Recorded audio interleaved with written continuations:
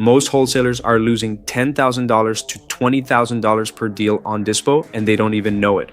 I've worked with over 350 wholesalers and spent $15 million in marketing. And what I've found is that bad Dispo pricing kills more deals than bad leads ever will. In the next hour, I'm going to break down the exact pricing, packaging, and KPI system that our top clients use to close faster and make more per deal. And I'm giving this away completely free because I'm on a mission to help 1,000 wholesalers build a real business, not just chase deals. But I'm excited for today because we have a guest that it's coming back for another topic, for another masterclass that's going to be not only super useful for you guys, but it's crucial. Crucial because a lot of people struggle with dispositions, right? So just a quick agenda for today and for what we do every single Friday at 11 a.m. We meet from our entrepreneurs here. We got in the calendar every single Friday at 11 a.m. We got office hours. So today, for example, we're going to go over Dispo. And in the last few weeks, we've had different guests that we covered different topics. Like last week, for example, we had our first week where we covered everything AI agents.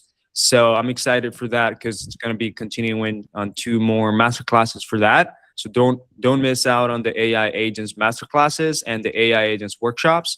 So if you're part of Get Sellers or Remote Latinos or even the agency, you guys are welcome. But if you're also part of the entrepreneurs, it's a free group for now, right? Our entrepreneurs group, then you can also come to this office hours and see what we're building. Just quick thing, we are officially letting people in on our beta platform, getsellers.io, and we'll come with prices and we'll come with bonuses up to $1,000 in bonuses. So you can come in here and get perks and get leads at a good price for your county in the specific market. But also you guys will be able to get some free credits if you top up and sign up for the World Cup month. And so these are leads that come in from different markets, marketing channels, Google, Facebook, you name it. They come in here. They come in as an appointment or they come in as a lead. And again, you just choose your market, just like any other pay-per lead. But the difference is that you can essentially make it exclusive. All right. And then you can go and search your market and ultimately subscribe to that once you have some money in the wallet. And then you'll be able to see your dashboard and leaderboard about the most recent leads and use AI to close more deals. But I'm not going to dive into that real here today. I just wanted to give you guys a announcement that we're launching our beta. What I want to do today is I want to talk about closing more with Dispo. So my brother, Daniel, right here, who grew his hair and now it's long and he's repping USA because USA, plays today in the World Cup. And by the way, he was a pro soccer player and I didn't know this. So he was a pro soccer player and he's an athlete. And now he built one of the most successful Dispo decision softwares right now in this space. And he's going to go over how he has been able to Dispo better, and a few good things that he does in his business in order to do things better. All right, Daniel, you can take over, brother. Cool. Yeah, we gotta get over a couple things real quick before we dive in here. I played high school soccer, Esteban, so I don't know if I lied to you and told you I played pro, but I don't think high school is pro. Yeah, you're no, I was waiting to see Taylor's reaction when he got in here with my hair. So I didn't know if it was a wig or if it was legit. So no, that's impressive. It's legit, dude. I just that's very impressive. It just grows out all magically for the United States game today. You know what I mean? But no, guys, excited to be here. I did play soccer in the past, but I was not a professional. What I do professionally now, I would say, is really everything Dispo, right? And so I'm the co-founder of Investor Base. We have grown significantly to date. We launched in 2024. We are a disposition software for wholesalers. But the main thing when I hop on these is simply to give back with what we've learned from onboarding, over 4,000 wholesale companies. And today we're really going to focus on probably the most important thing when it comes to Dispo, which is pricing the deal. Okay. And like before we jump in here, I want to make it clear that there's two prices when it comes to wholesaling, right? There's the price that you're offering to the seller, and then there's the price that you're marketing the deal at. Okay. And both are incredibly important. Right. Now, I won't get too in depth on the acquisition side and the price that we're offering to the seller. It will come up. But when it comes to pricing the deal accordingly for buyers, that is where you can really make some money in Dispo when you price the deal right. Okay. And the most common times you terminate a deal is because you're reaching for the stars. You're trying to price a deal so high, you're cutting the rehab in half. You're blowing up the ARV. Your acquisition guys are doing it, or you're doing it, and you're like, man, I'm just going to give this thing a shot. You spend all the time. You get to that point. The first buyer feedback you get is like, hey, man, this isn't a deal. You lose confidence. You go back to the drawing board. You renegotiate the seller. You repeat the process over and over and over and over again, right? So how do we have confidence when making offers on the front end, but also have confidence that when the first thing a buyer says when they pick up the phone is, what are you asking for it? That they're not going to hang up the phone or say, I'm not interested. So I guarantee you, a lot of you are getting that right now, just like I used to get. And so that's the thing we want to avoid. We tell a buyer what our price is. We want them to start asking more questions and say, I'm interested, and raise their hand and get them to the walkthrough and get them to make an offer, right? Get them through the sales funnel.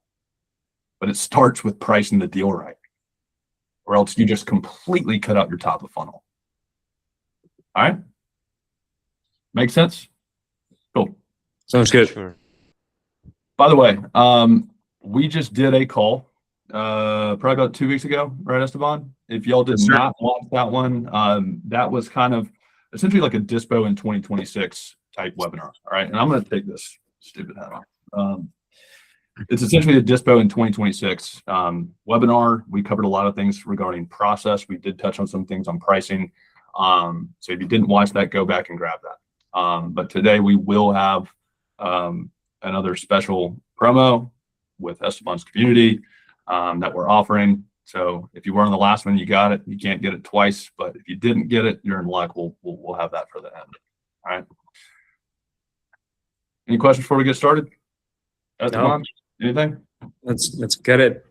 No questions so far. Thank you, man. Sweet. All right. So we're starting now. All right, 4 things, guys, that I just asked from you. Right. I love doing these things, but we got a lot going on. I'm here today to get back to y'all. So the only things I ask for you are just a couple things. Okay. So lock in. All right. We're all here for the next hour. We're here to get something. Right. So lock in. I guarantee you're going to get some value out of this. All right. Participate in the chat. There's going to be a lot of things flying around. I'm going to run through this pretty quickly. I'm going to ask questions. So just respond. All right. Take notes and stay to the end. We'll have a special offer. Cool. If everybody can commit to this, just throw 1 in the chat for me. That'll help me know you're here, or throw a thumbs up. Either or works. Maurice, is that a hand raise, or were you trying to put a thumbs up? My bad. It was the thumbs up. I got you, brother. All right, cool. All right, sweet. What is the number 1 reason for terminations? This is Bad price. This is where I asked you to participate in the chat. Taylor, you're not allowed to talk. Oh, I'm just kidding. It's all right. Jamal said price. Anybody else? What you got? Come on. Nobody's terminated a deal in here? Everybody's perfect. Other offers. All right, I need 1 more. Come on. poor conditions, bad location, price or lanes. Yes, absolutely. Bad location.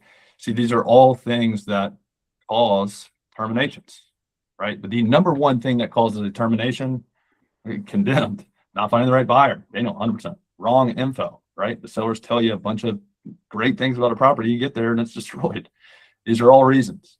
100%. Appreciate y'all participating. But the number one reason is this is either you or your acquisition guy running numbers on this deal, right? You got numbers flying everywhere. You don't have a solid process to this, right? You make offers. You think you're going to sell it. You realize it's priced too high, and you got to go back to the drawing board. Okay, so how do we undo that, right? And that's what we're going to focus on today. So how do we price deals using investor base in 2026?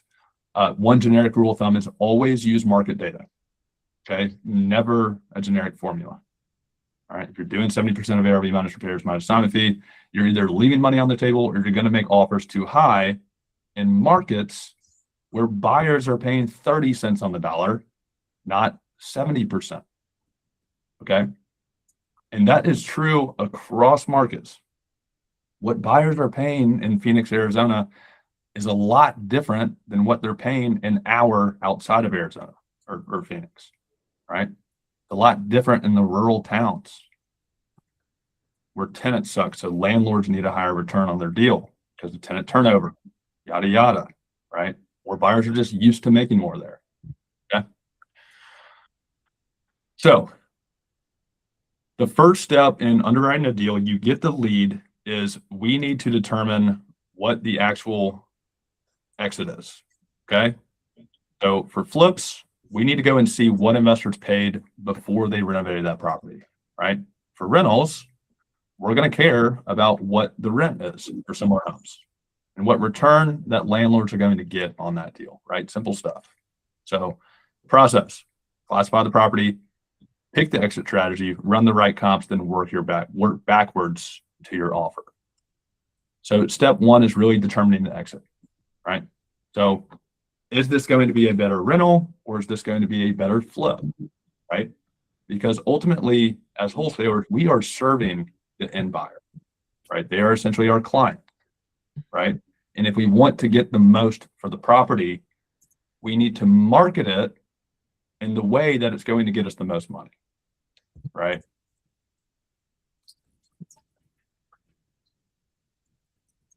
So this is like a simple rule of thumb for determining, hey, is this going to be a deal for rental buyers or is this going to be a deal for flippers, right? And we're just taking the national medium average. So if you had to put a blanket over something, this is what that looks like, right? So we're going to say this, Class A, which is essentially at or above the national median home average of 400,000, it's mostly going to be a fix and flip buyer, right? Because long-term rental comps just start to not pencil out once you get above 400K. Make sense, right? So about 50 to 60% of the benchmark. So if you're in like a 200 to 300 range of that as ARV, we're targeting both flip and rental buyers, right? If you're sub that, right, your ARV is 100,000, 150, 200 maybe. We're really going to be looking at both flippers and rental guys, but rental guys might be able to pay you more in those markets. Okay. So fast decision tree. Class A, flip comps first. Class B, we're going to run both methods, and Class C, we're going to check out rental comps first and check out what those guys are paying. Okay. So the higher, more realistic exit gives you room to improve your offer and or raise your assignment fee. Okay, and that's the most important piece. It's like once we determine this, we're either able to we're usually able to offer more if we're sending it to the right person, right? Say it's a turnkey deal. Probably not going to a flipper. It's going to go to a landlord, right? Because they're going to pay the most for that. The flipper's not going to be able to turn a profit on a house that's already renovated or wholetailed, right? Cool. So part one, fix and flip comping. And guys, I know most of this so far hasn't been revolutionary. I got some good stuff coming for you that I see a lot of people do, but a lot of people don't do. Okay. And it will save you big time. All right. So the first thing is, historically, most wholesalers have always underwritten deals with ARV. Okay. They're finding ARV, they're reverse engineering the renovation, their assignment fee, and the soft cost that either a flipper or landlord would have. And they're trying to determine essentially like a likely buyer price, right? And if I can say, hey, the ARV is 200, it's going to be 20K in soft costs. The person's going to want to make 25,000 and there's 40K in renovation. Likely buyer price probably going to be around 100, 120, whatever those numbers shake out to, right? Now I'm going to know I'm going to need to offer that seller less than that, right? And that's how everyone's done it for forever, okay? But what you're really doing is you're just trying to compute what that likely buyer price is, right? And if you can take away anything on this entire call, it's this. The number one thing that you need to know when underwriting a deal is, what is an investor going to pay for this property? What is the likely buy price for an investor? So however we can get to that number, we need to get there. And so in our business and in businesses that are operating at a very high level, they're underwriting with three different things. They're using investor comps with investor base. They're using retail comps to produce ARV. We still run ARV. And they're also using active pending as is comps. Okay. And I'll run through all three of these. Okay. So investor comps. This is specific to investor base. Okay. If you have MLS access, maybe you can identify these, but if you don't have investor base, I don't know where you would go and find this aggregated the way we do. And I'll show you what that looks like. All right. But essentially we have some filters here for how we run this in investor base, but high level, what we're looking for is we're going to run a search in investor base, and we're going to identify that investors on average are paying around 100,000 for like kind deals. Okay.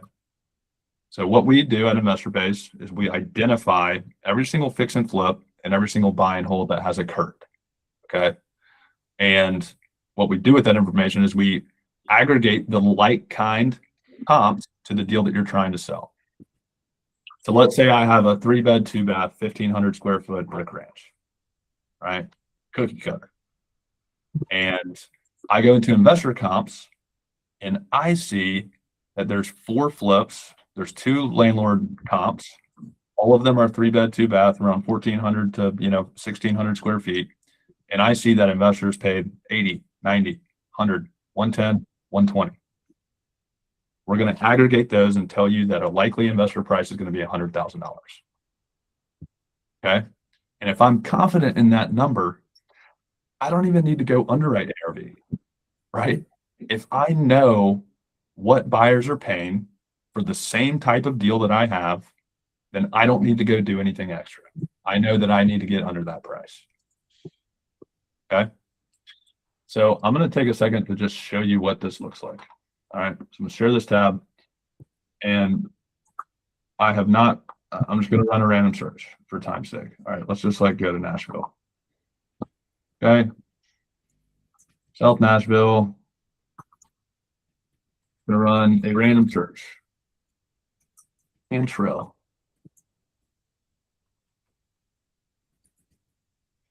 Well, I can put an N in there. Cantrell. All right. So, never been down here, never run a search here, but this is the first thing that I would do when I run a lead, even before I make an offer to the seller. Okay. I'm going to come in. I'm going to put it on 2 miles, 2 years. I'm going to talk about flippers and landlords because this is like a 300 to 400K market. We're probably going to get both. Turn on skip, trace, and save, even though we don't really need to do that right now. Property types, I'm assuming this is a single family, so I'm going to put it on single family, right? I'm going to press search. Okay, so if you haven't seen investor base before, what the software is doing is we are taking what historically used to be a 5, 6, 7, 8-step process. We break that down in one click of a button. Okay, so We either have some mega outliers pulling in here, which I'm going to edit, or this is a super high price point little neighborhood, which was not the plan here, but let's run it. Let's see what we got. So this is a 5-bed, 5-bath, 4,500 square foot house. Okay. So this should be a fun one. All right. So you see here, we just pulled in 55 fix and flip and buy and hold transactions that have actually occurred within 2 miles and 2 years of this subject property. All right. So the blue icon indicates a fix and flip. Green icon indicates a buy and hold by a landlord. All right. So let's click into investor comps and try and determine what a buyer would likely pay for this deal. All right. Click into investor comps. Now keep in mind, this is a 4,600 square foot house. All right. This is a mega house. So we might not get what we want from the aggregated data here because the investor comps are so few and far between. And that's fine because we're still going to underwrite ARV and we're still going to go and look at active pending. All right. The first thing I do is, let's see, we got a $1.1 million purchase by a flipper, bought it for 1.1, sold it for 1.5. All right. Bought it for 72% of ARV. It was a flip. It was also 4-bed, 4-bath, about 4,000 square feet, right around the corner from me. Great comp. Okay. I'm going to leave that one in there. All right. We got some others that start to get farther away. So what I'm going to do is I'm just going to pull out of this. I'm going to keep that 1.1 in mind. But let's see what is going on. Since this is a higher price point, probably going to go to a flipper, right? So that's a smaller house. So here's another larger house.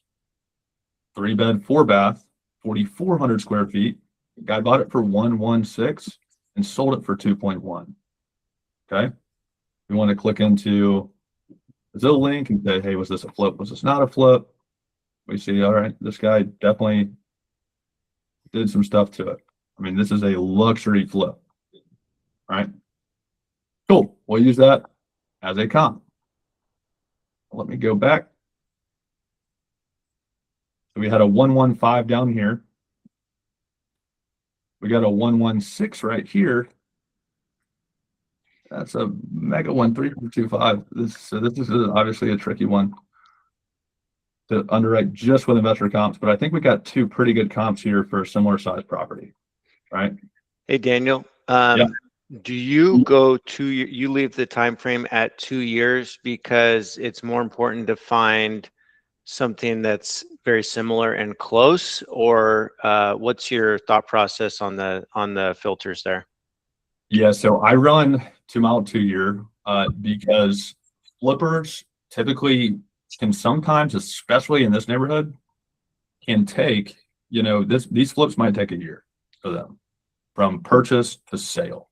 So what we're trying to determine here is the actual purchase price that the flippers paid. So if I ran it on a 1-year search here, I probably wouldn't get much flip data, if any, at all. Because some people would have bought it, but they still haven't sold it yet, right? They're still renovating or they're still about to sell it. So that's why I run on 2 year. And with this type of property, like you're not going to want to cross neighborhoods, right? Like, I mean, if we look at satellite view, maybe, you got a golf course over here, so you could probably start to pull in a little bit different. But I'm trying to hyper target in close. So what I'm going to do is I'm just going to take these two investor comps and I'm going to put this like in the back of my head. So like if I were to have a Google Docs sheet or something, I'm just going to put investor comps, show in. I mean, let's see the square footage of these actually though. So we got 1.16, about 4,400 square feet.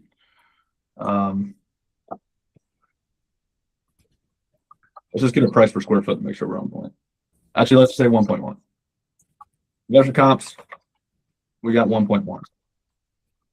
And what we're going to do is we're going to cross-reference a lot of this data, okay? So we got investor comps knocked out, right? Now let's go back to the scoreboard. Got investor comps showing that flippers are willing to pay 1.1 on two very like kind flips, right?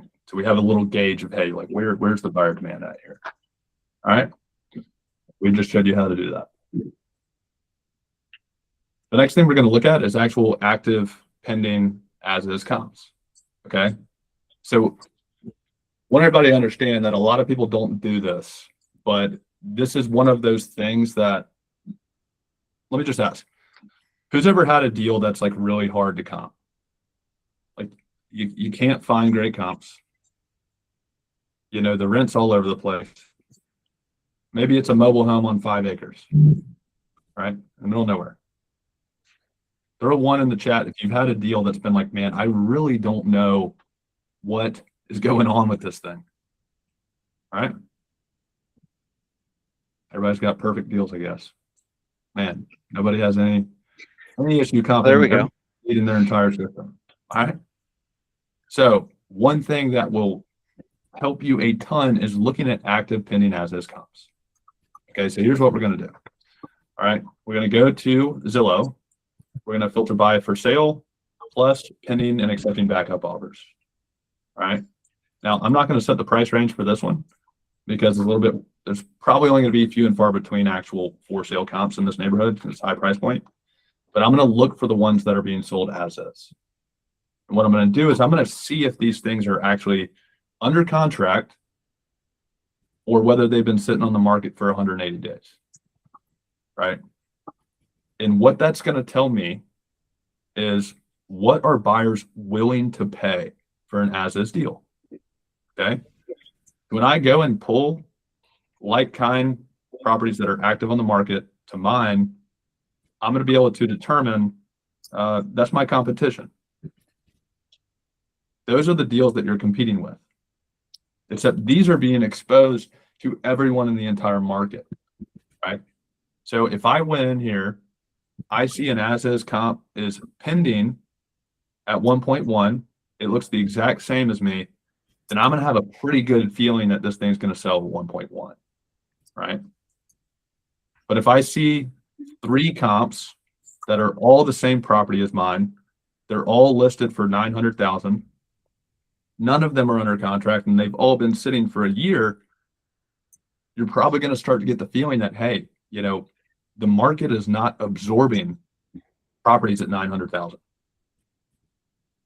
So why would I go price mine at $1 million? Why would I offer $1 million? All right, does that make sense? Just high level for everybody in here? Okay. So there's some math to this, but let's just do it right now. Let's just do it on this deal. Okay. So let's go back. Investor base. We're going to take this address and let's pop it in. All right. Come in here. Oh, we already got for sale right here. Where are we at? We're right around here. I think, yeah, the golf course is up here. We're like right around here, woodland area. All right. So let's go to for sale. I'm going to remove these. Square footage, we're way higher than this. I'm actually going to put a filter on square footage since this thing's so damn big. Let's go like 3,500 to 5,000. Apply. Geez, Nashville's a crazy market. And where are we? Have I been in Nashville? Like, what's going on down here? So what we're going to do is we're going to come in here. I'm going to filter by this, and I need to turn on accepting contract. And I am going to flip these by low to high. Okay. Try and zoom in a little bit. Let's see what the lowest one is. Daniel, Okay. are you zooming in? We can't see. Oh, sorry, I was in. Oh, there we go. There we go. Thanks. All right, so real quick, what I just did, put for sale, Bed Bath any filters, put coming soon, accepting backup, paying under contract, and then I just move the square footage. So I'm actually going to move it down a little bit. Just move that up, apply. The next step is I'm going to pull out a little bit, and then I come over here to the right, and I sort from low to high. Okay. And this is generally going to give you a gauge. Like I'm not going to have time to fully dive into each one of these, but it's going to give me a gauge of, hey, what is being absorbed and what's not, and at what price point. Okay. So this is a little bit lower, 795 under contract, right? 795 for a reason. I mean, this thing's dated. All right. We saw what the flips were doing earlier with investor comps when we looked at the turnkey, and they were all pretty luxury, right? 795 under contract. This is 3,000 square feet. Probably not going to use that one. We got a 3,400. We are 4,600. Okay, so here's one. 1,325. Okay, it's around that investor comps price, 4,600 square feet. Let's check this guy out. Price cut 270,000. All right. It's a weird ass looking house. Some flooring. It was good, not flipped. But it's not luxury style like the other ones. And these bathrooms are crusty.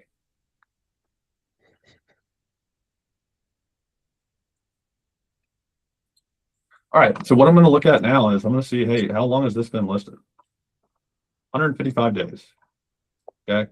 Now let's assume like mine looks relatively similar to this, right? Maybe needs some new flooring, yada, yada. I'm going to be able to determine pretty quick. All right, it's been on the market for 6 months and only has 9 saves. So I know I'm not going to be able to get 1,325. I have 2 investor comps prices at 1,111, right? I mean, someone's willing to pay 1,1 more than likely. However, once you start getting into this range, probably not going to make sense. See if we can find another one.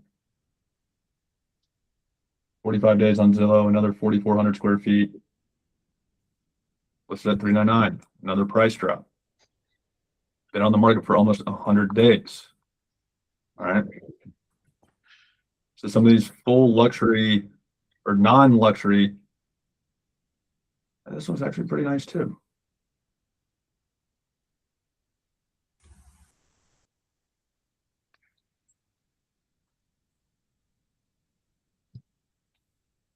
But it's not moving.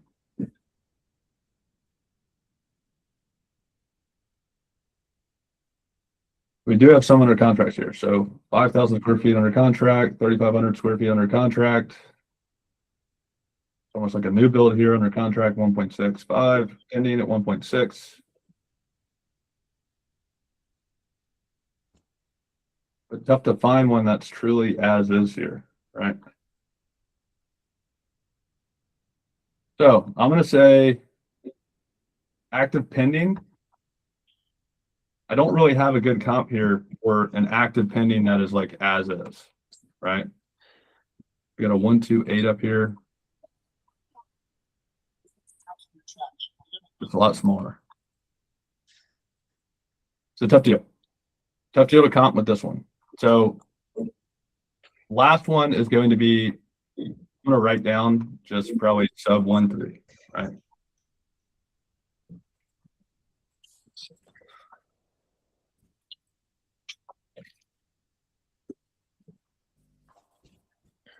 All right, I'm going to come back into investor base and let's get a feel on retail. All right, so if we jump back in here, couldn't really find much with active pending as is, because this is probably not a huge investor area, right? And like I did this to myself, like let's be real. I'm not trying to go pull like a 1,500 square foot house. All right, that's like the easy way out. I'm going to go pull a house that's kind of hard to comp. So the third thing, retail comps and manual ARV, right? Everyone here is underwriting ARV probably in like one of 3 or 4 different ways, right? Either have a software like PropStream or Deal Machine or something like that for aggregating comps, you're pulling ARV, right? Or you're going on Zillow, you're filtering by your 20% up and down on square footage, your same bed bath count within the last 12 months. You're looking around and you're trying to find flip comps. Okay, which houses were fully renovated? But really what you're doing with your eyes when you go into Zillow is you're looking for the higher price point sales, right? And so I'll show you how we do that fairly quickly in InvestorBase. right? So when we come to analytics for this deal, all we do is click on retail comps. And we see something similar to what we were saying on Zillow active, right? But we are automatically pulling in for you the higher price point deals, right? You see we got some 1 million, some 1.3, some 1.5. And we got some higher price point ones that we're already pulling in for you, okay? So we are aggregating like kind comps and checking them for you so you don't have to do that, right? All of these are about the same.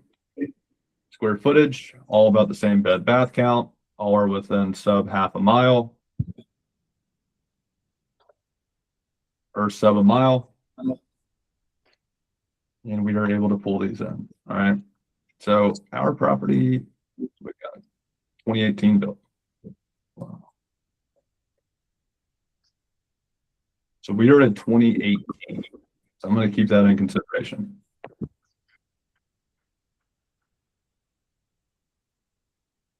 So if we wanted to go in and quickly audit some of these, we got a 4,800 square foot house right around the corner from us. Let's just quickly check and see, hey, this full renovation, right? Boom, done. Around, let's just 5675 square feet. The love-hate relationship with Zillow sometimes on these bigger deals. They're probably factoring in some basement square footage. The bonus room.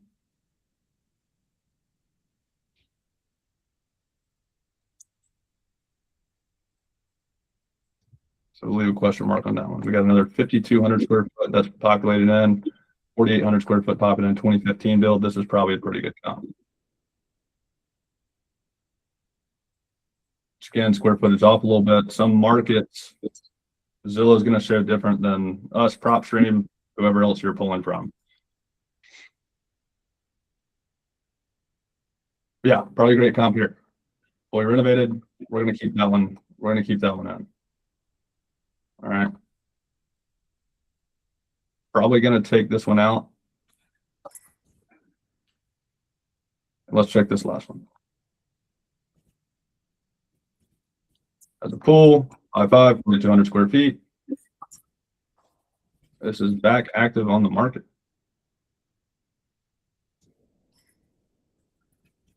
It's sold in 2025 for 2.6, back listed. They must just be relocated.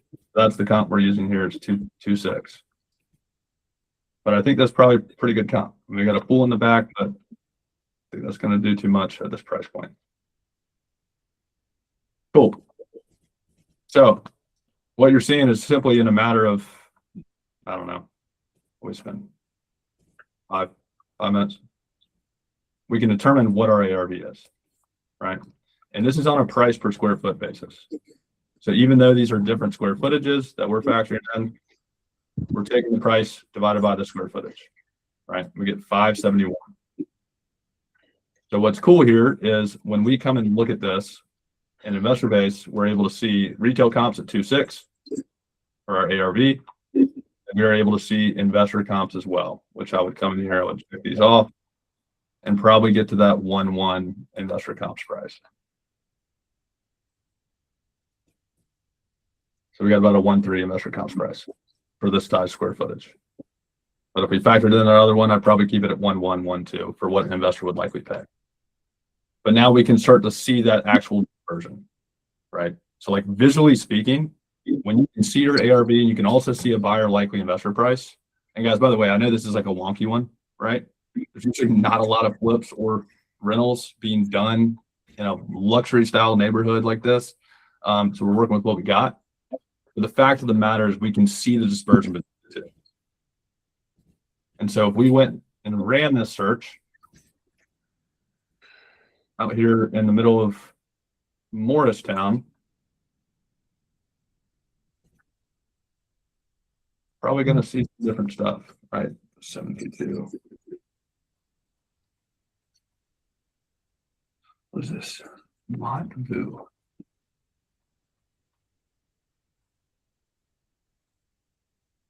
Do 2 single family, 2 mile to your church. See what we got. There's probably gonna be a lot less data because this is a tiny town. but we're probably going to be able to quickly see, hey, what are buyers paying around here? So we see on average, people are paying 45% of ARV for flips, right? They're not paying 70% of ARV like they probably are in some markets in Nashville, right? It's a primary market. If we went to investor comps, we'd probably be able to see a trend here, right? If we come in, we're seeing all these around 1,100 square feet. Ours is 1,300 square feet, all close to a mile. We want to load in more comps we can, just like clicking that. And we start to see the actual purchase price that was paid, right? We got an outlier here I'm going to take out. We got a low outlier here at 78K. And we're starting to see a range, probably take out the 169 to 160. Starting to see a range between 140 and 75.80, right? Take out the 75. We start to see a likely investor price of 125. So what I can do is mine's 1,300 square feet. I'm going to look for one that looks pretty similar. And I'm just going to be able to come in, look at some quick data. Bought for 125, sold for 250, 1,100 square feet. Bought for 125, sold for 200, about 1,200 square feet. Cool. Those are two great comps for what a flipper paid and what they turned it for, right? And we have that 124. We want to pull retail comps here. Real quick. We already they sold those two flips at 250, but if we want to take a deeper dive, we're pulling in 270, 235, 275, 250, 260, 250, 230. I think we can all safely assume that ARV is pretty comfortable right here around like 271 on a price per square foot basis. All right. So now we can see that dispersion. And so when you're jumping into markets, you're doing lead gen, that's PPC or nationwide, PPL with get sellers, like this is where you need to be able to, it's hard for your act guys and yourself to be able to know what a buyer's willing to pay simply based off a formula, right? 70% of ARV probably wouldn't work here because buyers are paying 45%. Now I want to pause for a second and just see if anybody has any questions. There's just a reminder, there's three pieces of information that we're gathering here, right? We're gathering like pretty much the absorption rate when we're looking at the retail mini comps. We're looking at investor comps to see directly the likely buyer price, and then we're computing ARV, right? Do anybody have any questions with what's going on here, either with investor-based data or just the methodology in general?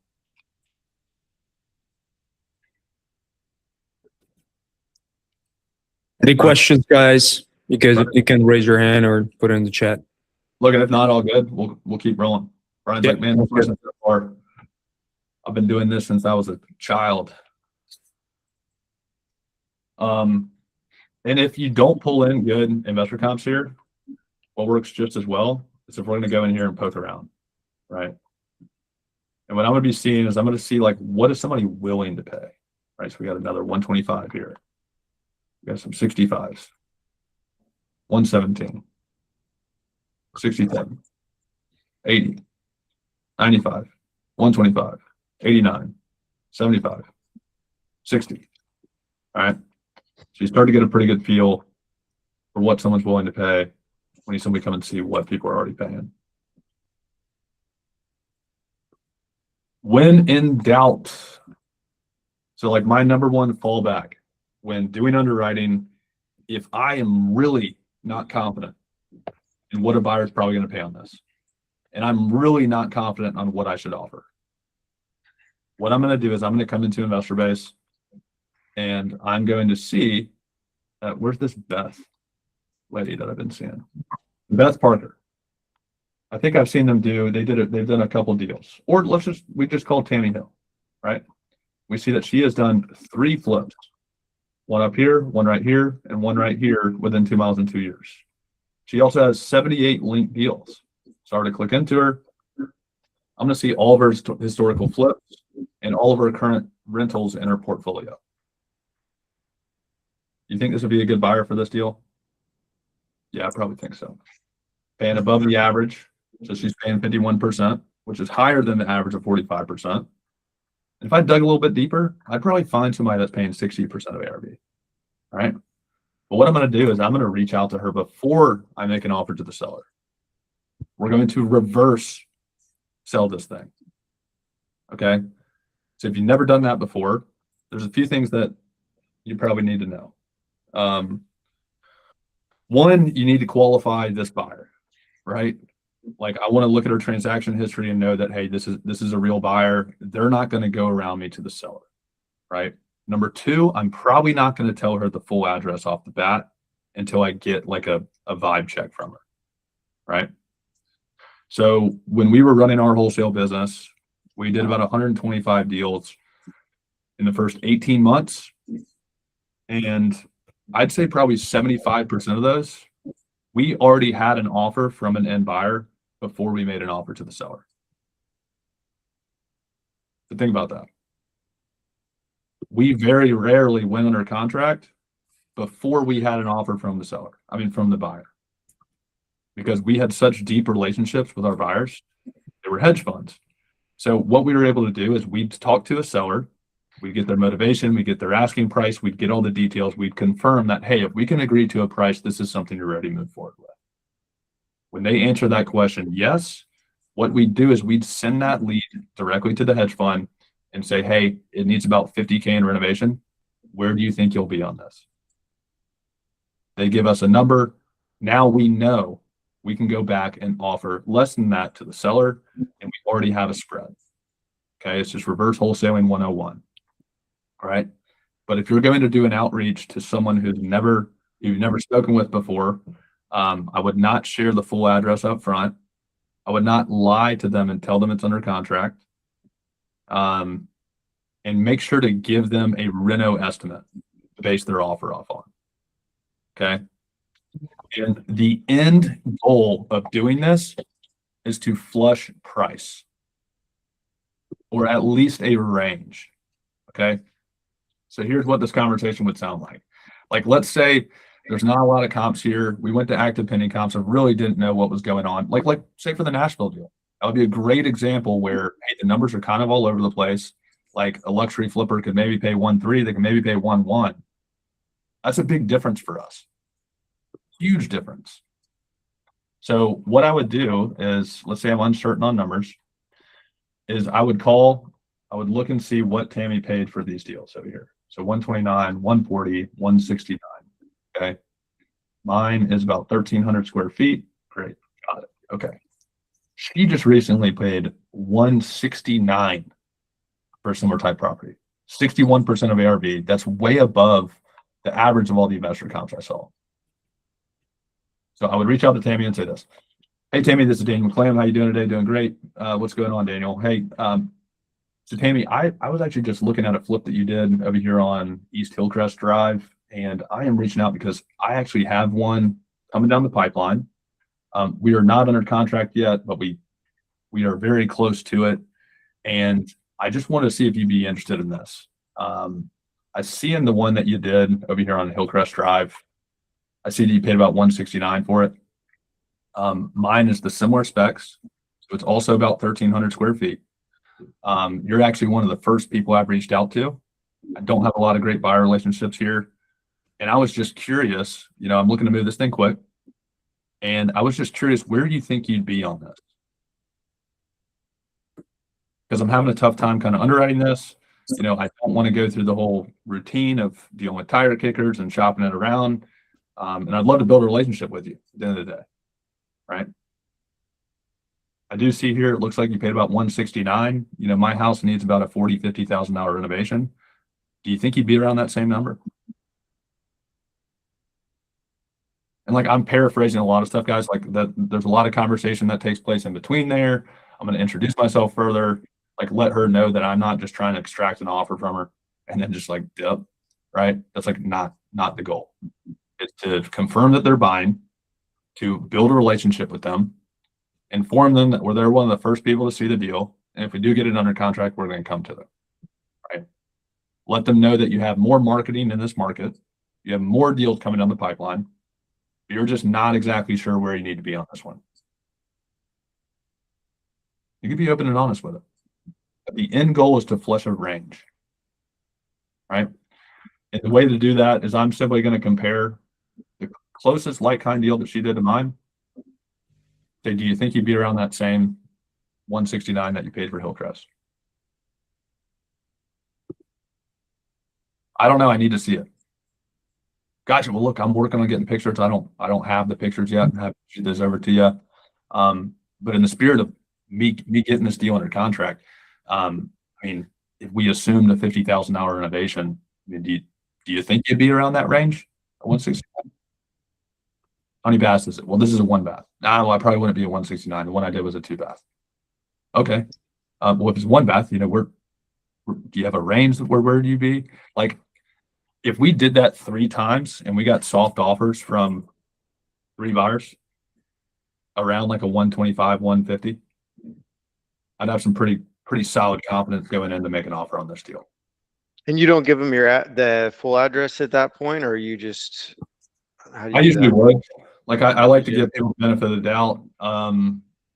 You know, but I'm not going to give it right up front. I'm going to say I got one right around the corner on Montview Avenue. Right. And towards the end, if they're really interested, we're building a relationship, I'll say, yeah, 100%. Yeah, the address is 732. I can send you the details right now of what I got it, or like what I do have. If you have pictures, great, whatever. Send her the details, and we want to talk about it on the phone. You might have any questions with that. And does anybody do that currently? Throw 1 in the chat if you don't do that.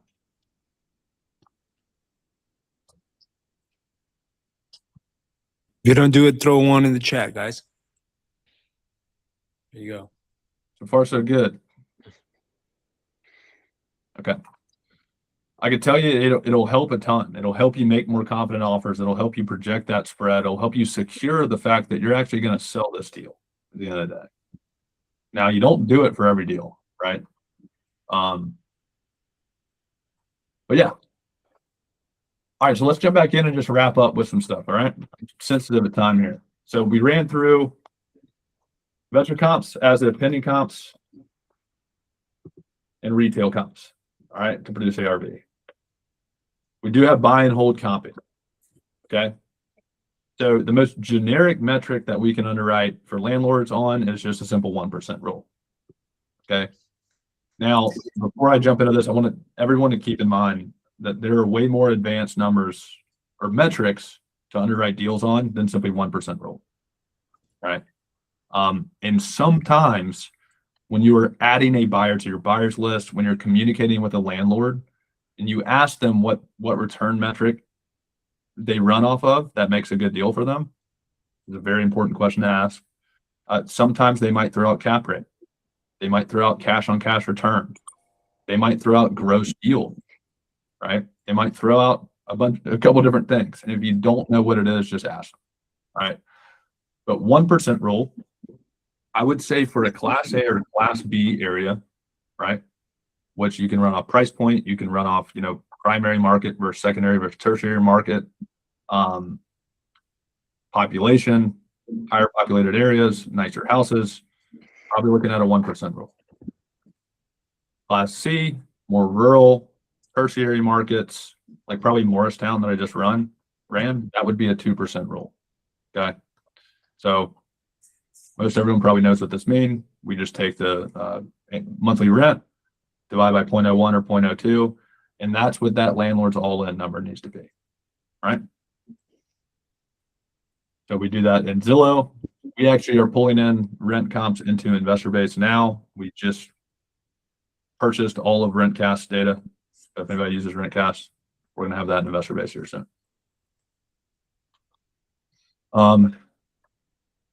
Final sale price math. So pretty simple. Same thing. If it's a 1% rule area, we're going to essentially compute what does that landlord need to be all in order for this to make sense, right? So when it comes to our offer, we're going to subtract out from all in, we're going to subtract the rehab, then we're going to subtract our assignment fee. All right. Rehab ballparks. We got a roof 10 to 15K, HVAC 4 to 8, electric rewire 10 to 20, plumbing 5 to 10, water heater 1 to 2, Windows probably 300 window. Foundation, probably get a quote. If you're on this call, like, man, I can do a roof for like $7,000. All right, this is a generic average here. Okay, for quick underwriting. All right, some of this depends on market, depends on the size of the market, depends on if you have a GC in house, whatever it is. Right. Some quick ballparks for on a price per square foot basis is right here below. So this is one that I want to touch on. We just pulled this data the other day.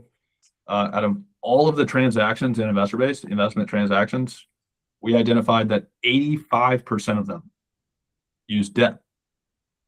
Only 15% of investors out there are actually paying cash. Okay. So when it comes to your underwriting, so let's say we have ARV, we need to compute soft costs into our underwriting. Okay.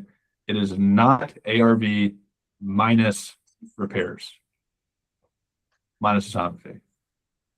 We need to compute in a total soft cost percentage based on the level of renovation, because each level of renovation is going to take time, which increases the flipper soft cost. Okay, this makes sense. So like if we have a 12-month gut job, 80% of flippers are going to have hard money on it, right? Every month that they have that property is going to cost them more money. Every month they hold that property is going to cost them more money in taxes, insurance, utilities, right? When they go to sell the property, you're going to have to pay closing costs on the sale side, it's about 7%.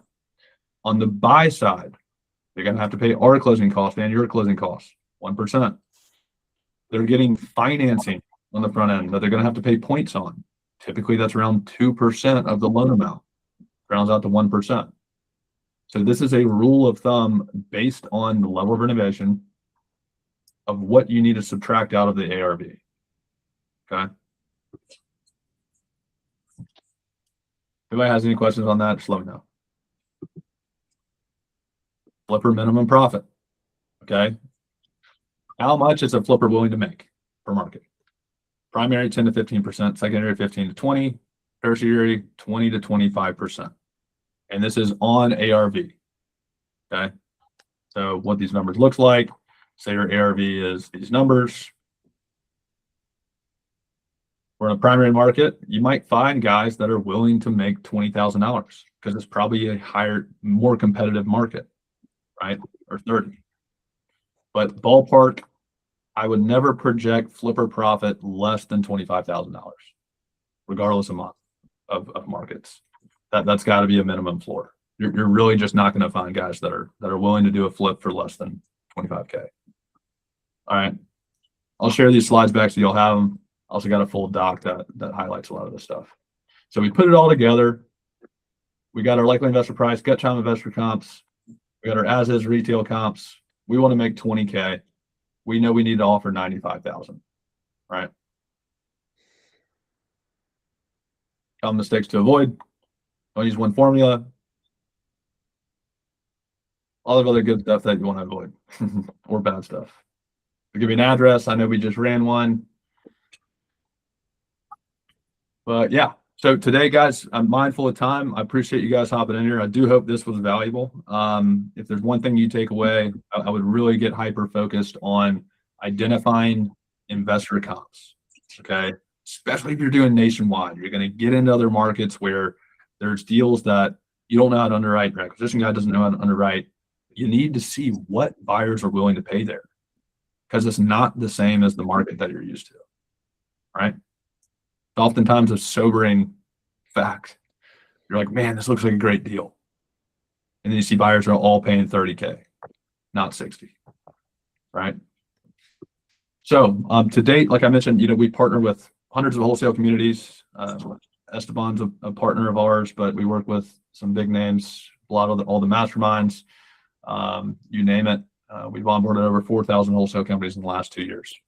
So today, since y'all are on this webinar, what is normally about $900 per quarter, we are willing to give to y'all for $499 for a quarterly membership. Okay, so that is $400 off. All right, and once again, I have not offered this to anybody else outside of Esteban's community. I swear on my life. The last time we did it was 2 weeks ago. But this is $400 off because this is a new plan. Okay, this is a quarterly plan that we're testing. You won't even find this plan on the front end. Like, you can't even go get this plan on the front end. All right, so what this unlocks, we didn't cover the Dispo side of investor base, but we give you access to 10 million real buyers nationwide. We give you free skip tracing on every buyer. You get buyers lists, landing pages, the full Dispo stack, including the CRM, everything I showed you in the webinar regarding underwriting. Okay. Bonuses on top. We have a full SOP for essentially what I just showed y'all for exactly how to underwrite deals. If it's yourself, if it's your team, it's going to tell you how to do the retail comps. It's going to tell you how to do those investor comps pretty simply. All right. We'll also give you a private one-on-one onboarding with one of our team members. Okay. So if all this did was help you avoid one more terminated contract this year, would that be worth it? Seriously. If this would help you move one more deal this year at $500 a quarter, would that be worth it? All right. So if you're interested in this, you want to take advantage of this discount, this is for today only. All right. So you have to go active today, but here's what you need to do. If anybody's already on the trial, all you got to do, send an email to support@InvestorBase. Once again, there's not even like a link where you can access this. We have to do it for you manually. Send an email to support@investorbase.com and just say, Daniel said special quarterly discount. My support team is probably gonna be like, what is this, Daniel? But that's what you do. And I'm going to drop this into the chat. If you are not on the trial, you have to be on a trial or start the sign up process before we can apply this for you. Okay. So I just dropped this link in the chat. We have a 14-day free trial. Okay. You have to get into the trial for us to be able to apply this to your account. All right. Daniel, a few questions in the chat there. For skip tracing, does that work good for LLCs? Yeah. So majority of buyers are going to be in an LLC. So probably about 80% of those buyers, right? And so when we started our skip trace company about 4 years ago, our main value prop was that we skip trace LLCs better than anybody else. So to add on to that, we run about a 90% hit rate across the board. We have about a 75% accuracy rate on that 90%. Okay. Some of these LLCs will have a registered agent that is an attorney. Some might have a third-party registration corporation that is blocking their identity. If you can find a way around those, let me know. But we have done a lot of research over the years, and it's very tough to circumnavigate those guys. So that's the reason for the 75% accuracy. But you won't find somebody that's doing it better than us. So looks like we had 3 questions on skip tracing LLCs. Guys, who loved this presentation and kind of masterclass here? Just drop either a fire emoji or react with some cool emoji that you guys love. Just drop something in the chat if you guys appreciate Daniel for putting time into making this happen. All right, Yeah, awesome. Appreciate you guys. Appreciate you guys a ton. And y'all, once again, just to let you know, that quarterly discount is for the first quarter. Okay. After that, it jumps up to, I don't know what it jumps up to. But if you go monthly like normal, like on the website right now, it's about to be $299 this week. And so that's about basically $900. But that first payment is going to be $499. So literally 3 months of access, you essentially get a month free. I would definitely jump on that. Once again, it's a 14-day free trial. But you have to be on that link right there. Okay. And then just shoot an email to support investor base. We'll get you taken care of. All right. We can make it even sweeter. Actually, Daniel, I have an idea. What you got? If they sign up with this, they'll get a $500 lead credit when they top up about at least $1,000 on just lead value.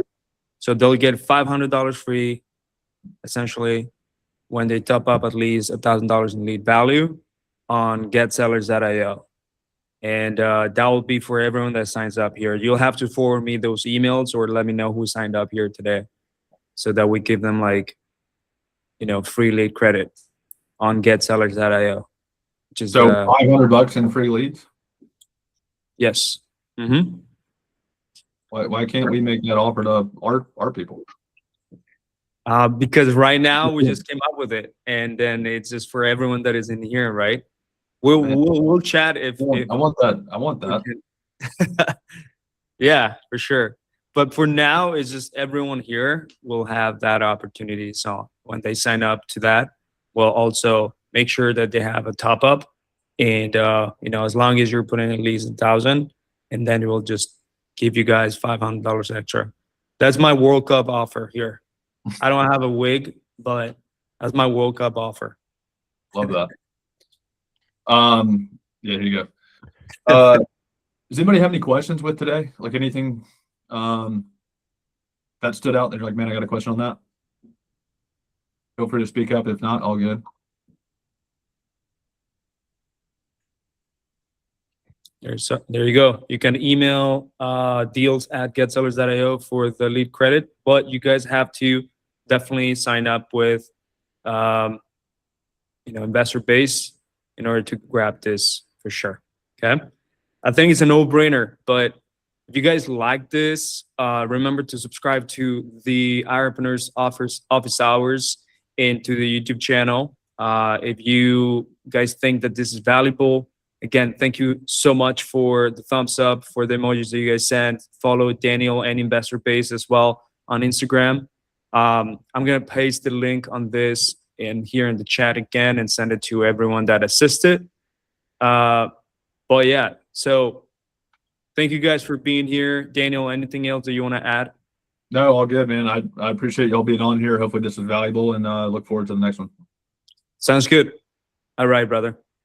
Appreciate you, Daniel. Now you know exactly how to price, package, and track the KPIs that actually move the needle in your Dispo operation. And there's one more piece most wholesalers completely overlook that's quietly killing their deal flow. And we're breaking it down next.